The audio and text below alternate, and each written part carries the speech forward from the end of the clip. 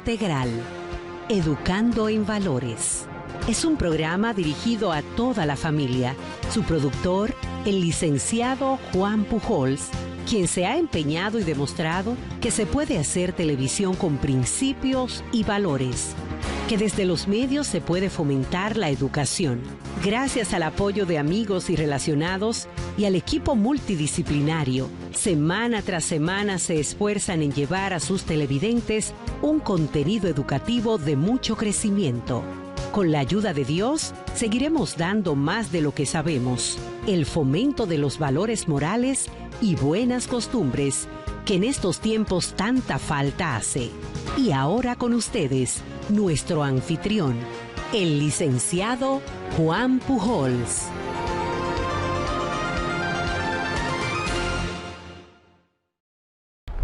Bien, mi gente, como observaron aquí, los jóvenes también pueden en Educación Integral, Online RD. Bien, pues vamos entonces ahora, ¿verdad? ¿Qué les parece comentando la actualidad? Tenemos hay muchos temas, pero tenemos específicamente, ¿verdad?, lo que es la toma de posesión del nuevo presidente Luis Abinader, lo referente a lo que es la pandemia y la tormenta Laura, y como colofón la parte de la educación. Bien picadita y bien suave, a ver cómo manejamos esa parte ahí, que no se costó mucho tiempo para ver esa parte. Primero yo quiero comenzar felicitando al presidente Luis Abinader por asumir, ¿verdad?, la magistratura este 16 de agosto, en el cual dio un discurso esperanzador y motivador. Yo lo llamaría el nuevo presidente entre pandemia y tormenta. Y esto así porque cuando asume el poder Abinader, tenemos ya la pandemia del COVID. Nosotros decimos, pues, el presidente Abinader, con muchas intenciones, y todos los presidentes que van ahí van con intenciones de hacer lo mejor, pero yo digo que van atados, porque como tenemos política clientelar, los presidentes pueden hacer buenas propuestas y tener buenas ideas, pero los intereses empresariales y demás que se envuelven en la política realmente lo hacen cambiar de rumbo. Si a esto agregamos entonces la pandemia del COVID-19 que ha afectado no solo nuestro país, sino al mundo entero, y con ello entonces también la tormenta Laura, son fenómenos que realmente por mejores intenciones que tengan, muchas veces hay que hacer un alto. Ahora, yo sí quiero reflexionar sobre lo siguiente, y es, los pueblos, primero yo quiero felicitar al presidente Abinader. Segundo, solidarizarme con las personas que han fallecido del COVID por la pandemia y los que están infectados y sus familiares, ¿verdad? Y además los que han perdido su vivienda, otros que han fallecido, producto de lo que es la tormenta Laura. Ahora, ¿qué nos indica esto? Que ante las adversidades tenemos que crear lo que llama las oportunidades. O sea, nuestro país tiene una gran oportunidad ahora. Los países que han logrado su desarrollo lo han hecho sobre el sistema, sobre el crisis. Si no hay crisis, no ha logrado desarrollo difícilmente. Me permite, Juan. Fíjate, la toma de posesión del excelentísimo señor presidente Luis Abinader Corona se repite en la historia con un hecho extraordinario, como decían en psicología trascendental, y es que el presidente saliente no entrega en asamblea la banda presidencial. Eso ha acontecido en la historia dominicana en 3 ocasiones. En el año de 1930, por una afección de salud, Horacio Vázquez no fue a entregar a la banda a Trujillo.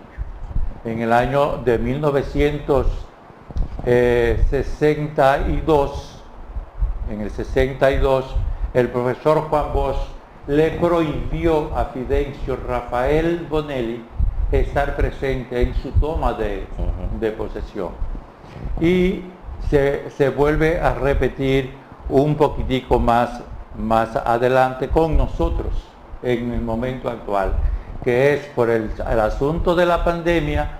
El presidente saliente, Danilo Medina Sánchez, no va a la asamblea, pero sí va a la oficina del presidente de la asamblea, en este caso la oficina del presidente del Senado, que es Rafael Estrella, y se la entrega a este.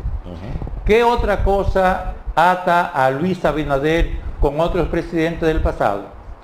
Alexander Humboldt estableció un principio para aquellas cosas que no tienen explicaciones científicas y que se dan en la naturaleza y en la conducta del hombre, que es la causalidad. ¿En qué consiste esto? En el año de 1930, quien recibe a Trujillo es el ciclón San Zenón. En el año de 1966, quien recibe a Joaquín Antonio Balaguer y Ricardo alias Don Elito es el ciclón Inés. Y en el año 1979, quien recibe a Lionel es el ciclón Jorge. Y ahora quien recibe a Luis Abinader es Laura.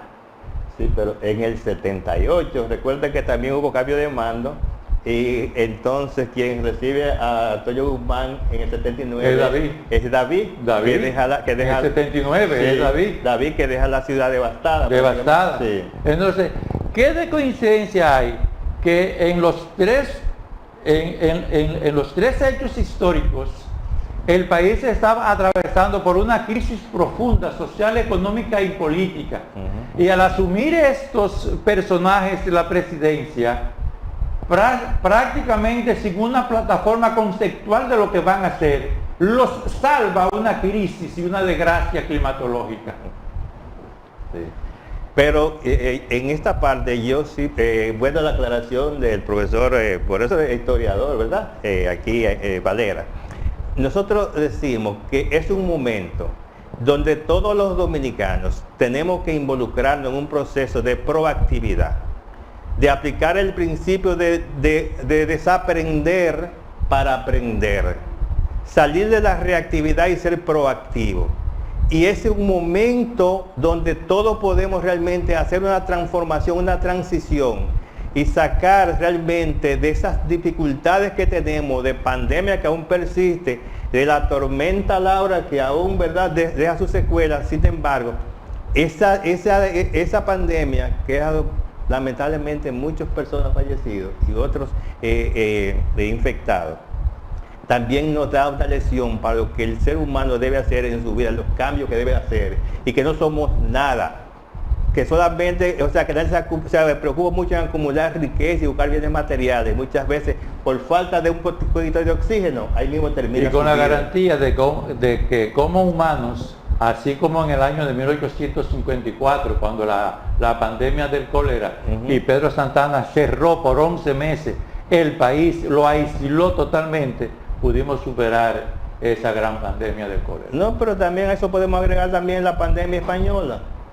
que no es de España, que se llamó española porque en ese momento estaba en guerra y entonces había una censura. España, que no estaba en guerra, o sea, fue que publicó, esa pandemia se originó en Estados Unidos, en Kansas. Sin embargo, la cantidad de muertos pasó a los 50 millones y la caída de lo que se llama de la bolsa fue estrepitosa. Sí. Sin embargo, realmente el mundo ha seguido sobreviviendo y se ha sobrepuesto a ello. Entonces implica que nosotros podemos sacar de esta dificultad de grandes oportunidades para crecer y ser diferentes, para ser mejores seres humanos, pensar más en los demás, más solidarios, y sobre todo dejar las quejas y las lamentaciones y pasar a la acción. Romper paradigma precisamente, y eso para tener un país mejor. Si vemos la historia de Taiwán, de Japón, esos países prácticamente se sobrepusieron en situaciones de crisis muy difíciles. Y hoy son potencias en términos de educación, economía, en fin.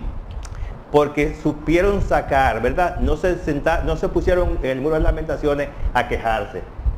Pusieron acción y entonces realmente despegaron y salieron de la crisis para convertirla en una oportunidad. ¿Cuáles son los países más desarrollados y que fueron escenarios de la Segunda Guerra Mundial y quedaron totalmente devastados? Devastados, sí. Italia, Alemania, Francia. Uh-huh. Sin embargo, son las principales potencias económicas del mundo que surgieron de entre las cenizas. Y ahí surgieron unas instituciones que todavía nos manejan y nos controlan, que es por primera vez en la historia cuando pueblos o otros pueblos van en auxilio de sus congéneres y nacen instituciones como las Naciones Unidas, nacen instituciones como la UNESCO y nacen un sinnúmero de instituciones de aquellos países en donde no tuvieron esa guerra en su territorialidad y entonces se convirtieron en suplidores y asesores y ayudaron a levantar estos pueblos, con excepción, porque siempre hay una excepción, Japón lo hizo solo. Sí. Yo creo que esto que ha venido ahora es de gran oportunidad, porque es que nosotros estábamos como ya máquinas, mecánicas. Sí. O sea, ya estábamos en un sistema Piloto automático se llama eso. Automático, ya estábamos viviendo un sistema automático. No sé ustedes, yo lo sentí así, como que ya estábamos muy monótonos, digo, vamos a romper estos paradigmas para que entonces avanzar. Poder avanzar. Sí, o sea, no cabe duda entonces que las dificultades nos generan oportunidades. Con la tormenta que prácticamente ha dejado unos creo 4 o 5 muertos, aparte de las inundaciones. Aquí en el municipio. Sí, pero también tenemos la siguiente característica, y es que las presas se nos llenan de agua, podemos tener energía con más tiempo y reguío para realmente y tener más agua para suministrar a lo que son los ciudadanos. Y eso por un lado. Entonces eso implica que no todo es malo per se. Si sabemos aprovechar esa agua entonces podemos suministrar lo que la gente necesita. Ese preciado líquido que muchas veces tanta falta hacen en los hogares. Hubo un presidente que acuñó la expresión de que el agua devuelve multiplicado por 10 en beneficio los daños que pueda causar. Los daños, precisamente, entonces ahí es donde radica. Ahí es donde tenemos que entender cómo aprovechar esas cosas que son negativas en una vertiente, pero revertirlas en que sean positivas. Es ahí donde está la clave. Bien, entonces para culminar con esta parte, vamos a ver lo referente a lo que es el año escolar, ¿verdad? Que se pospuso. Jenny, ¿qué tiene que decir sobre esta parte? Escuchando el discurso del ministro, se ve una necesidad la vi muy atinada, todo lo que la medida que se tomaron la vi de manera atinada, porque se hace necesario que primero se capacite al docente en la TIC, porque para nadie es un secreto que en nuestro país estamos casi análogos, de un porcentaje muy elevado, porque... O sea, Juan Pujol es un hombre análogo. Bueno, él está aprendiendo. Estamos aprendiendo porque los adolescentes... O somos análogos. Las tecnologías, pero para algunas cosas, sí, pero para otras no. Y nosotros no estamos de un todo preparados. Yo creo que esto es un gran reto que tenemos, lograr que en estos 2 meses que el ministro, de manera muy atinada, tomó estas medidas. Creo que si todos nos ponemos de manera positiva, vamos a lograrlo. Porque aunque estamos análogos a algunos, creo que hay intenciones muy positivas. En educación hay intenciones positivas para que todo mejore y van con buen pie esta nueva gestión, y lo quiero felicitar de este medio, porque estas medidas eran lo que estábamos esperando. Jenny, como establecía el profesor Juan Pujols, de estas crisis y de estas desgracias es que tenemos que avanzar, adaptarnos y mejorar. Ahora las universidades se van a ver obligadas, todas las que preparan y capacitan profesores, docentes, a incluir en sus carpetas curriculares en los pensum, los programas que más se usan, si se quiere, en redes y para la enseñanza. Esos modelos, esos métodos, hay que enseñárselo al profesor ya desde la universidad. Nadie enseña lo que no tiene, y para enseñar hay que capacitarse. Pero también sabemos que la capacitación y el conocimiento es fruto de la experiencia, del ensayo, del error y la ganancia de haberlo logrado. Mira, hay algunos elementos a considerar. Primero, que tenemos ya unos 8 meses, 6 meses con los estudiantes fuera de las aulas, en aislamiento. Para lo que llama a noviembre, que es el 2 de noviembre, se abriría el proceso de educación, de la docencia, las clases, tendrían 8 meses. Esto implica que hay un proceso de aislamiento, pero hay algunos elementos importantes a considerar ahí. Lo primero es que hace mucho tiempo que yo estoy diciendo, inclusive está en un libro que yo publiqué, que no teníamos que montar la educación en un sistema tecnológico y que estábamos trabajando con una educación del siglo XIX cuando estábamos en el siglo XXI. Entonces, ahora se habla de un nuevo modelo educativo. Ahora yo creo que me digan cuál es el modelo que vamos a aplicar, pero no se ha dicho cuál es el modelo. Ahora lo cierto es que la clase va a ser virtual, pero hay algunos elementos que hay que resolver. Primero, los muchachos seguirán en la casa y por tanto con quién se quedan. Por lo que yo hago algunas observaciones son las siguientes. Primero, que lo que se suministraba como desayuno o merienda escolar, se haga una cuenta a la familia con los estudiantes, se haga un depósito para que se quede el padre que tenga menor ingreso en la casa monitoreando el proceso de enseñanza-aprendizaje de sus hijos y también cuidándolo. Segunda parte, que los psicólogos y orientadores que están en los centros educativos, así como los profesores, hacer una agenda de también, visitar los estudiantes y hacer contacto también internet para ver cómo están y contratar más psicólogos de forma tal que se distribuya la proporción a la cantidad con esos especialistas en el área para lo que es la orientación. Porque resulta que el aislamiento produce situaciones difíciles tanto en los jóvenes como en los adultos, en todo el mundo y en todos los que cohabitamos en este proceso. Entonces hay un proceso que se llama el estrés, la depresión y varios elementos que lo vamos a ver con la psicóloga en su parte, en relación a cómo canalizar esa parte, porque si bien es lo que se pueden entregar las tablets y todo, y se puede trabajar online perfectamente, porque nos tienen que coordinar con las empresas de comunicaciones para que hacer un acuerdo entre las partes y suministrar la banda ancha para todos los lugares. Y esto nos da una oportunidad. ¿Y cuál es? Que cierra la brecha digital. El internet no es un privilegio, es un derecho, porque es la comunicación. Entonces con esto se cierra la brecha digital si realmente se logra suministrar lo que es la educación online a nivel nacional. De manera que también es otra oportunidad para realmente poder aprender y cambiar el modelo. Ahora, tenemos que decir qué tipo de modelo es que queremos. Vamos a educar para tener personas con un nivel donde el capital social fundamental sean nuestros recursos humanos. Porque eso es lo que podemos preservar. Lo demás se lo puede llevar las tormentas, si eso es zona franca o si es turismo, se mueve de un lugar a otro conforme se maneja la situación, porque se llama capital golondrino. Entonces lo que tenemos seguro son nuestros recursos naturales bien preparados, nuestros recursos humanos y nuestra agricultura, que somos ricos en ese proceso. O sea, de manera que nosotros queremos ya, ¿verdad? Y cerrando ahí, porque para entonces entrar a otro segmento. Yo solamente quería un minuto, si es posible, 40 segundos.